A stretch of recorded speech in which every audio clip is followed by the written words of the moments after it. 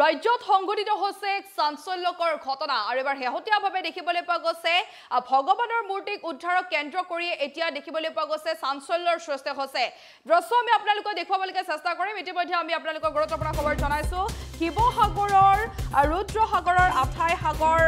বৰনামঘৰৰ সমীপত উদ্ধাৰ হোৱা মূৰ্তিক লৈ ইতিমধ্যে চাঞ্চল্যৰ সৃষ্টি হৈছে অচিনাক্ত লোকে এখন চিঠি আৰু চাৰিজোৰ তামোল পাণ সহ এৰি থৈ গৈছে ভগৱান কৃষ্ণৰ মূৰ্তি আৰু গামোচাৰে মেৰিয়াই থৈ গৈছিল প্ৰায় 7 পৰা 8 ইঞ্চিৰ সেই মূৰ্তিটো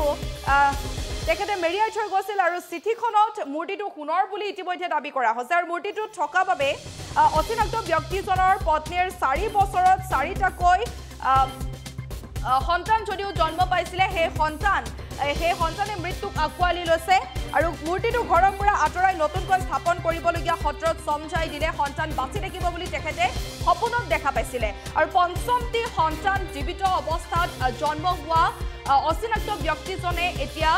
এৰি থৈ গৈছে সেই যি মূৰ্তি আছিলে সেই ভগৱানৰ মূৰ্তিটো এতিয়া তেখেতে এৰি থৈ গৈছে আৰু এই কথা চিঠিখনত স্পষ্টভাৱে উল্লেখ আছে অনাগত দিনত মৃত সন্তান কেইটিৰ সোঁৱৰণত 10 লাখ টকা দি নাম উল্লেখ নকৰাকৈ দি যাব বুলি চিঠিখনত উল্লেখ আছে আৰু এই খবৰ লাভ কৰি আৰক্ষীয়ে মূৰ্তিটো আনিব বিচাৰিছিল যদিও ৰাইজে বৰ্তমানলৈকে সমঝাই দিয়া নাই আৰক্ষীক সেই মূৰ্তিটো সমঝাই দিয়া নাই প্ৰকৃততে মূৰ্তিটো সোণৰ হয় নে নহয়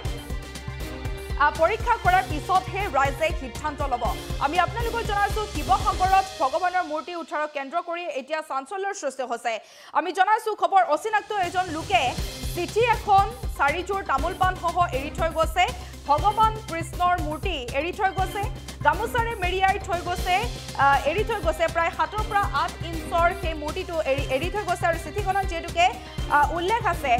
চিঠিখনত মূৰ্তিটো সোণৰ বুলি ইতিমধ্যে দাবী কৰা হৈছে আৰু মূৰ্তিটো থকাৰ বাবে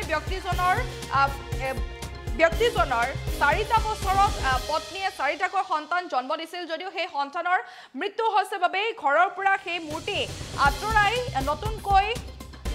স্থাপন কৰিবলগীয়া সত্ৰত যদি সমঝাই দিয়ে তেতিয়াহ'লে সপোনত বাচি থাকিব বুলি অৰ্থাৎ সন্তান বাচি থাকিব বুলি সেই ব্যক্তিজনক দেখা দিছিল আৰু পঞ্চমটি সন্তান জীৱিত অৱস্থাত জন্ম হোৱাত অচিনাক্ত ব্যক্তিজনে এৰি থৈ গৈছে সেই মূৰ্তিটো এৰি থৈ গৈছে আৰু এই কথা যিহেতুকে উল্লেখ আছে চিঠিখনত অনাগত দিনত মৃত সন্তান কেইটিৰ সোঁৱৰণত 10 লাখ টকা দি নাম উল্লেখ নকৰাকৈ দি যাব বুলি ইতিমধ্যে সেই চিঠিখনত উল্লেখ কৰা আছে আৰু খবৰ লাভ কৰাৰ পিছতে আৰক্ষীয়ে মূৰ্তিটো নিব বিচাৰিছে যদিও ৰাইজে কিন্তু সেই মূৰ্তিটো সমঝাই দিয়া নাই আৰু প্ৰকৃততে মূৰ্তিটো সোণৰ হয় নে নহয় পৰীক্ষা কৰাৰ পিছতহে এই সকলোবোৰ তথ্য ওলাই পৰিব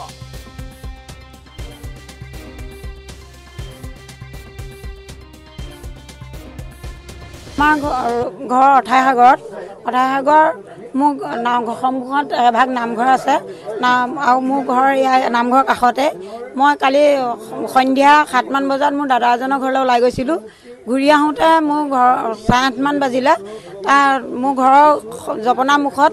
এটা কেৰি বেগ ওলোমাই থোৱা আছিলে সেই কেৰি বেগটো মই ঘৰলৈ সোমাই আহোঁতে হাতত লৈ আহিলোঁ কেৰি বেগটো ঘৰত আহি খুলি চোৱাত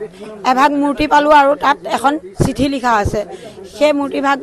দেখি ওচৰ চুবুৰীয়া গাঁৱৰ সকলোকে মই খবৰ দিলোঁ সকলো আহিলে নামঘৰত মূৰ্তিভাগ পাতি থোৱা স্থাপন কৰি থোৱা আছে এতিয়া আৰু অহাকালিলৈ আমাৰ ইয়াত যিভাগ সত্ৰ ইয়াত স্থাপন হ'ব জখলাবন্ধা শাখা সত্ৰ সেই সত্ৰৰ বুঢ়া সত্ৰাধিকাৰ আহিব কাইলৈ আমি উলিয়াই কি নিয়ম কৰিব লাগে কেনেকৈ কি কৰিব লাগে এই মূৰ্তিভাগ আমি ৰাইজে কিছুমানে কৈছে সোণৰ কিছুমানে কৈছে নহয় সেইখিনি কাইলৈ আমি চাম আৰু সত্ৰাধিকাৰে কি কৰিব সেইখিনি সত্ৰাধিকাৰে কৰিব সকলোখিনি আমি এতিয়া যিয়ে নহওক আমি সোণৰ হ'লেও আমি তেওঁ এজন সম্পূৰ্ণ শ্ৰীকৃষ্ণৰ বাংশী লৈ পেলানি অৱতাৰ লৈ থকা এটা মূৰ্তি গতিকে আমি সোণৰ হওক মাটিৰে হওক পিতলেৰে হওক আমি ভগৱান মানুহ আমি হিন্দু ধৰ্মৰ মানুহ আমি ভগৱানক আমি মাটি হ'লেও আমি অৱজ্ঞা কৰিব নোৱাৰোঁ আৰু পিতলৰ হ'লেও অৱজ্ঞা কৰিব নোৱাৰোঁ মূৰ্তিভাগ চিঠিখনত লিখা আছে তেখেতৰ ঘৰত আজু ককাৰ দিনত পোৱা তেওঁলোকে সেৱা পূজা কৰি আছিলে আৰু তেওঁৰ মানে বিয়া পতা বোলে 12 বছৰ হ'ল 12 বছৰত 4টা সন্তান জন্ম হ'ল 4টা সন্তানেই মৃত সন্তান জন্ম হৈছে আৰু তেওঁক আজি 5 দিনমানৰ আগৰ পৰা সপোন দেখাই আছে তেওঁ বৰ্তমান পৰিবাৰ এতিয়া গৰ্ভাৱতী অৱস্থাত আছিল 5 দিনমানৰ আগৰ পৰা সপোন দেখাই আছে সপোনত দেখাইছে কি ইয়াত যে ৰুদ্ৰসাগৰৰ শাখা সত্ৰ জখলাবন্ধা শাখা সত্ৰত মূৰ্তিভাগ চমজাই দিয়ক 4 তামোল পাণৰ সৈতে সেই মূৰ্তিভাগ আপুনি চমজাই দিয়াৰ পিছত আপোনাৰ সন্তান ভাল হ'ব বুলি কৈছে এতিয়া বৰ্তমান তেওঁ চিঠিখনত লিখা মতে এটি সন্তান জন্ম হৈছে সেই সন্তানটি হেনো সুস্থ সবল গতিকে তেওঁ লিখিছে সন্তানটি যেতিয়া সুস্থ সবল হৈ আৰু অকমান উন্নত পৰ্যায়ৰ হ'ব তেতিয়া ৰাইজক লগ কৰিম কৈছে আৰু লগত চিঠিখনত লিখা আছে যে আমাৰ শাখা সত্ৰৰ কাৰণে 10 লাখ টকা তেওঁ অনুদান কৰিব যেহেতু কালি আমাৰ সন্ধ্যা 8:30 মান বজাত আমাৰ মূৰ্তিভাগ আমাৰ নামঘৰৰ সমীপৰ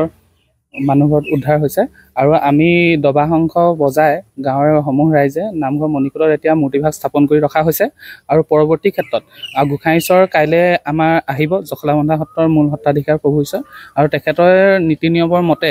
সবাহৰ আগদিনাখন আমাৰ সত্ৰতে মূৰ্তিভাগ স্থাপন কৰা হ'ব কেতিয়া সত্ৰভাগী মূৰ্তিভাগী কালি যোৱা ৰাতি সোণৰ ৰূপৰ পিতলৰ বুলি আমি এতিয়ালৈকে ধৰিব পৰা নাই কিন্তু যি হয়ে নহওক মাটিৰ হ'লেও আমি তেখেত আমাৰ যিহেতু পূজনীয় দেৱতা আমি তেখেতক আমি পূজা অৰ্চনা কৰি ৰাখিম যদি সোণৰ বুলিয়ে হ'লেও যদি আমি পূজা কৰিব লাগে সেইটো কথা নহয় আমি মাটিৰ হ'লেও পূজা কৰিম